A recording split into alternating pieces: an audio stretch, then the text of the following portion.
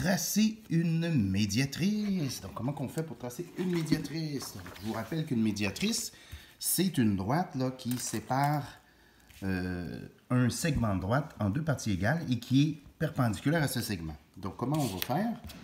Il y a plus qu'une façon. Je vous en montre deux. Là. Au moins deux. Donc, premièrement, bon, j'ai besoin de ma droite. Donc, ma droite, disons que pour faire ça simple, je vais prendre une longueur de 4 cm, donc, de 8 cm. Donc, 8 cm, comme ça. Donc, j'ai ma première droite, 8 cm. Il faut que si c'est une médiatrice, ça veut dire qu'elle va, elle va passer par le point qui est à mi-chemin. Donc, ça, c'est à 4 cm. Donc, je peux me faire un point comme ça, qui est à la moitié, 4 cm. Si je veux tracer une droite perpendiculaire, bien, à ce moment-là, on l'a déjà fait dans un autre exercice, je pourrais me mettre comme ça, avec une équerre, OK, et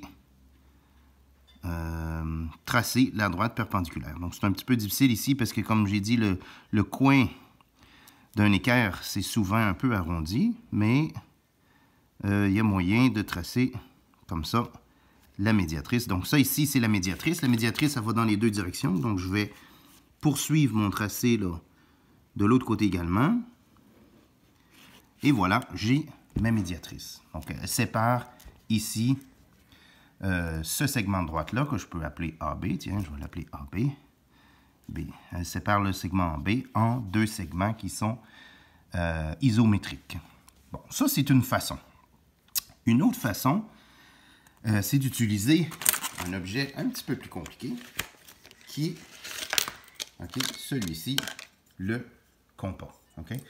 Bon, j'explique un peu ce qui se passe. C'est que si j'ai n'importe quel point sur ma médiatrice, donc par exemple, si je prends le point ici, bien, le point est exactement à la même distance du point A que du point B.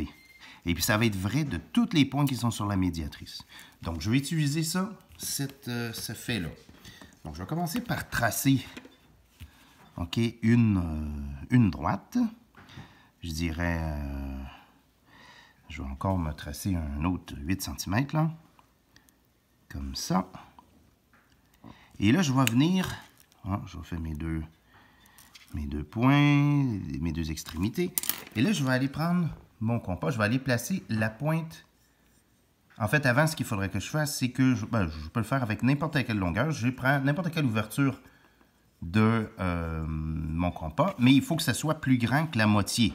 Donc, je peux mesurer l'ouverture comme ça. Donc, ça, c'est à 4. Je vais l'ouvrir un petit peu plus. J'ai ici, OK, bon, ça c'est à peu près 4,5, 4,6, 4,5. C'est pas tellement important. La grandeur, il faut juste que ça soit plus grand que la moitié.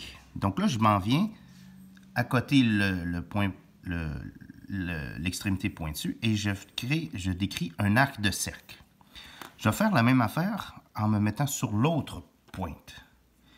Je trace un arc de cercle. L'intersection ici, okay, est à la même distance que là et là, parce que le rayon du cercle, là, il est constant. Donc, j'ai tracé un premier point.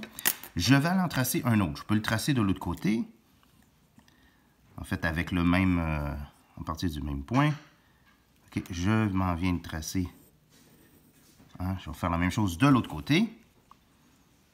Donc, oups. Comme ça. Et là, j'ai un deuxième point. Je pourrais en mettre plus. Comment j'en mets plus?